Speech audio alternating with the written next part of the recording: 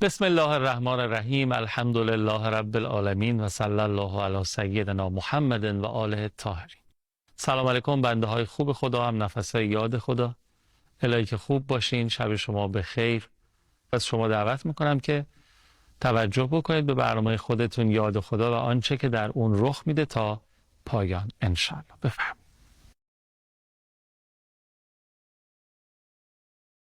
فرجهم. سلام علیکم و رحمت الله. حاجی کفیل عزیز، خیر مقدم. سلام علیکم و رحمت الله و سلام خدمت همه بینندگان عزیز و بزرگوار. مردم مخصوصا اون دسته‌ای که شنبه های یاد خدا رو دنبال میکنن مترصد این هستن که ما به ادامه فرازهای دعای 14 صحیفه سجادیه بپردازیم. اگه صلاح میدونین ما سراپا گوشیم و استفاده. سلامت باشید. امام علیه السلام از خداوند متعال درخواست میکنند و اعدنی علیه عدوی حاضره. خدایا یک کیفر آماده ای، سریع، عاجلی نصیب من بگردان در مقابل اون ظلمی که به من میشه. تکون من غیظی بهی شفا. بالاخره من یه غضبی دارم، یه خشمناکم، من ناراحتم، یک آرامش دلی پیدا کنم. این خیلی مهمه. آره. امام علیه السلام میگن خدایا بتونم یه گامی بردارم و من حنقی علیه وفا، بتونم به تعبیری این ناراحتی و این بغض و این افسردگی و حنق به معنای این کینه است، این کینه و دلتنگی و دلچرکی که دارم این چی بشه؟ این جبران بشه. و این خیلی خوبه. به تعبیر امام علیه السلام درخواست میکنن که خدایا به من توفیق دفاع عنایت بفرما، در مقابل ظالم بایستم، حق ظالم و کف دستش بگذارم. اینا اشکالی نداره. تو دین مبین اسلام به ما نگفتن سیلی زدن اون صورت هم بگیر یه سیلی دیگه بزنن. بعضی ها تصورشون اینه آقا دیگه اون داره ظلم میکنه، خب ما در مقابل ظلم بیستیم. نه، ما باید در مقابل ظالم نه فقط دفاع کنیم، برزمیم. ما در مقابل ظالم باید حرکت کنیم. ما باید ظالم رو سر جاش بنشانیم. امام جالبه، یه قدم میان جلوتر، یه گام میان جلوتر. اللهم صل علی محمد و آله و عوضنی من ظلمه لی افبک. خدایا او ظلم به من کرده، خدایا منم جبران کنم، منم تلافی کنم، اما منم یه خواسته ای از توی خدا دارم، مظلوم واقع شدم، عفو تو شامل حالم بشه. انصافاً این دعا رو در حق مردم لبنان بکنیم، در حق مردم فلسطین بکنیم، در حق مظلومان عالم بکنیم. خدایا بندگان خدا چقدر اذیت شدن، توفیق بده جبران کنن، توفیق بده که این اسرائیل خبیث به هلاکت برسه. همه اینا درست، اما خدایا عفو تو شامل حالم بشه و ابدلنی به سوء صنیعه بی رحمتک. اونا بدترین منش رو با من داشتن، او ظالم بدترین برخورد رو با من داشته. خدایا من از تو توقع دارم، من مظلومم، عفو تو، رحمت تو شامل حالم بشه. امام تو قالب دعا میخوان دو نکته رو به ما تعلیم بدن. اگر مظلوم شدی انشاءالله حق تو از ظالم میگیری به جای خود، اما حواست باشه دو هدیه الهی هم داری. نمیگم طالب ظلم باشی، ما اتفاق میفته. خدا نکرده مردی به خانمش تندی میکنه، زنی به شوهرش ظلم میکنه، فرزند در حق پدر و مادر، پدر و مادر در حق فرزند. این مظلوم واقع شد، اثر این مظلوم بودن عفو و رحمت خداست. یعنی خداوند متعال به طور طبیعی طرف مظلومه.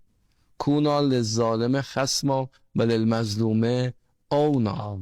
امیر المومنین تو وصیت دارن، به حسنین سفارش میکنن چه کنید؟ کمککار مظلوم باشید، یار مظلوم باشید. مظلوم یاری خدا را دارد، مظلوم عنایت خدا را دارد. گاهی فرد مظلوم واقع میشه، با خدا میجنگه. خدایا چرا من؟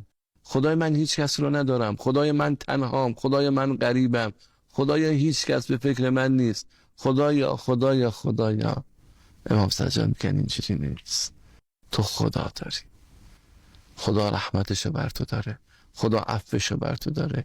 مظلوم واقع شدی، عفو یعنی بخشش خدا. یعنی چه بسیار گناهانی که انسان مرتکب شده بر اثر ظلمی که به او شده، این گناهان بخشیده میشه. چرا این گناهان بخشیده شد؟ مظلوم واقع شدی، نتونست از حق خودت دفاع کنی، زورگویی، ستمگری، طغیانگری با تو بد برخورد کرد. بعد امام ادامه میدن فکل مکروه جلل دون سخطک. خدایا هر مکروهی، هر ناشایستی، جلیل به تعبیری دو معنا داره، دو معنای مقابل هم به معنای بسیار بزرگ و عظیم جلیل، هم به معنای کوتاه کوچکه. هر ناخوشایندی، هر مکروهی، جلله یعنی ناچیزه. ناچیزه در مقابل چی ناچیزه؟ در مقابل غضب توی خدا. خیلی جمله دقیقی. من از این یعنی عبارت رو یه بار دیگه بخوانم بفهم. بعد استفاده کنیم. فکل مکروهن، هر ناخوشایندی، هیچ به تعبیری در مقابل سخط تو، ناخوشایندی تو، در مقابل ناخوشایندی تو، اونی که سخته. الان ببینید ملت عزیز لبنان، آره. او وضعیت رو ببینید، ملت عزیز و بزرگوار فلسطین سختی آدم ببینه. اما یه نکته رو غافل نشی، اسرائیل سخط اله، اسرائیل غضب اله رو داره. او غضب اله از همه چیز سنگین تره. یعنی اون سخط اله، اون غضب اله، اون عقاب الهی که بر اینا وارد میشه.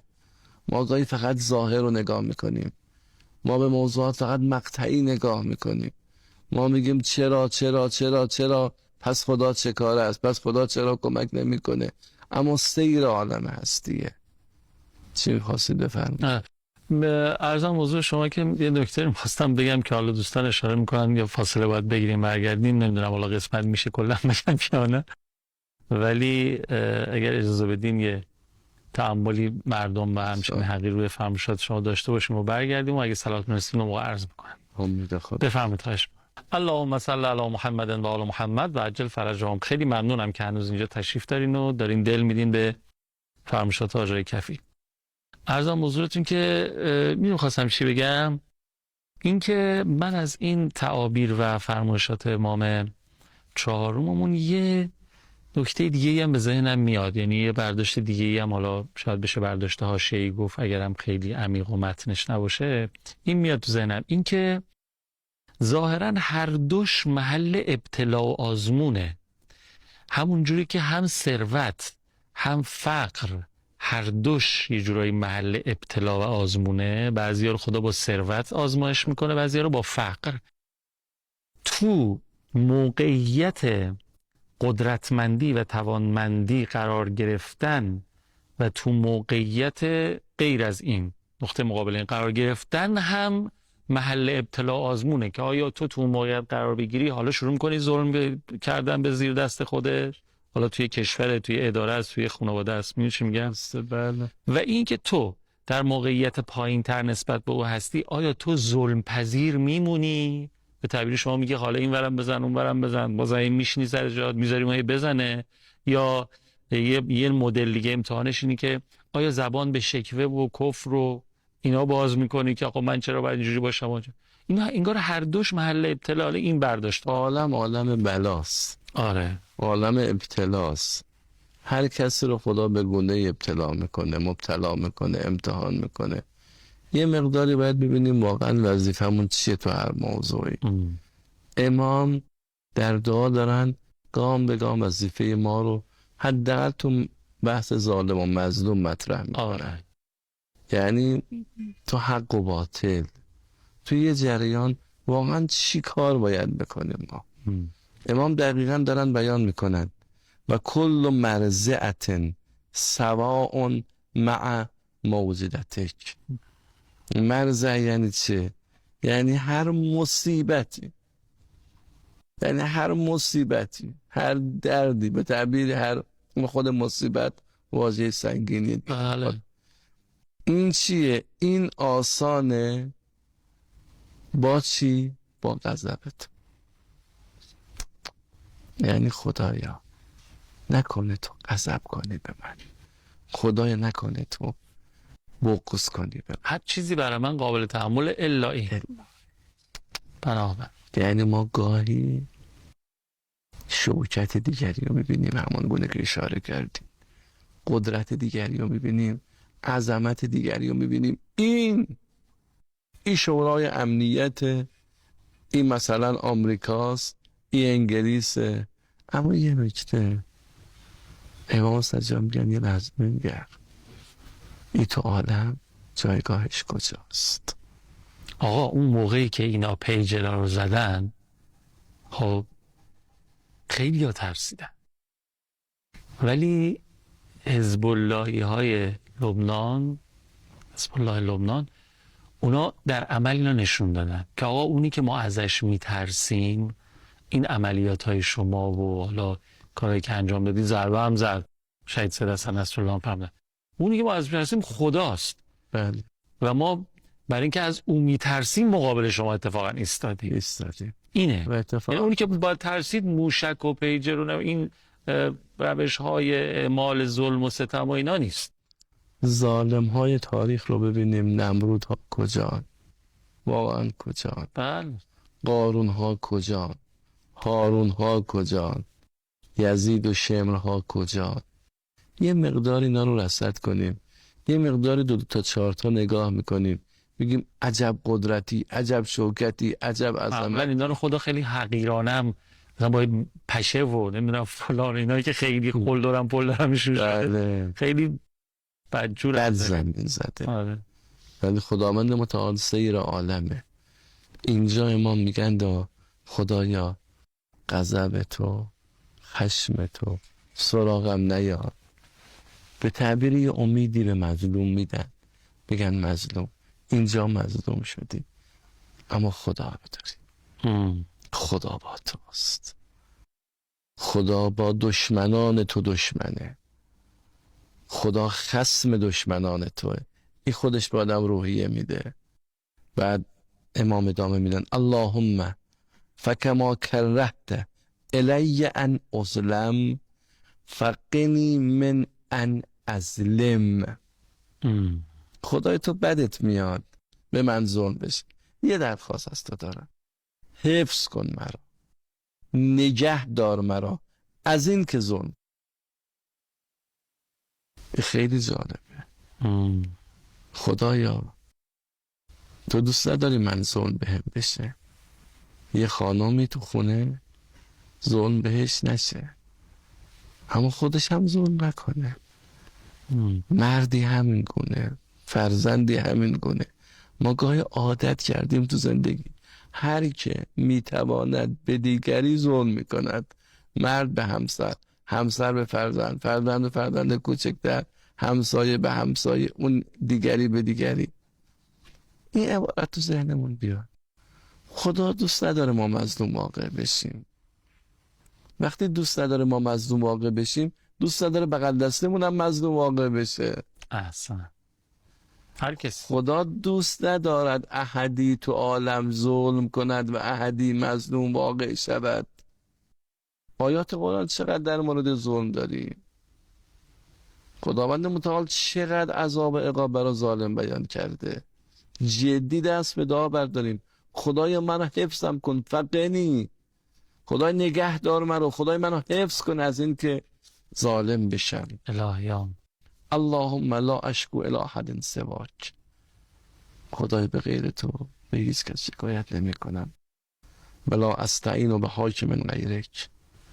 و از هیچ کس غیر تو کمک نمیخواهم، نه گلمو به دیگری میگم، نه از دیگری کمک میکنم. یه خدا دارم، حاشاک، حاشا که با وجود توی خدا اینجوری کنم. وقتی خدا دارم، برم جای دیگه. وقتی رب دارم، وقتی اله دارم، وقتی خالق دارم، وقتی رب دارم، برای چی شکایتمو به غیر خدا کنم؟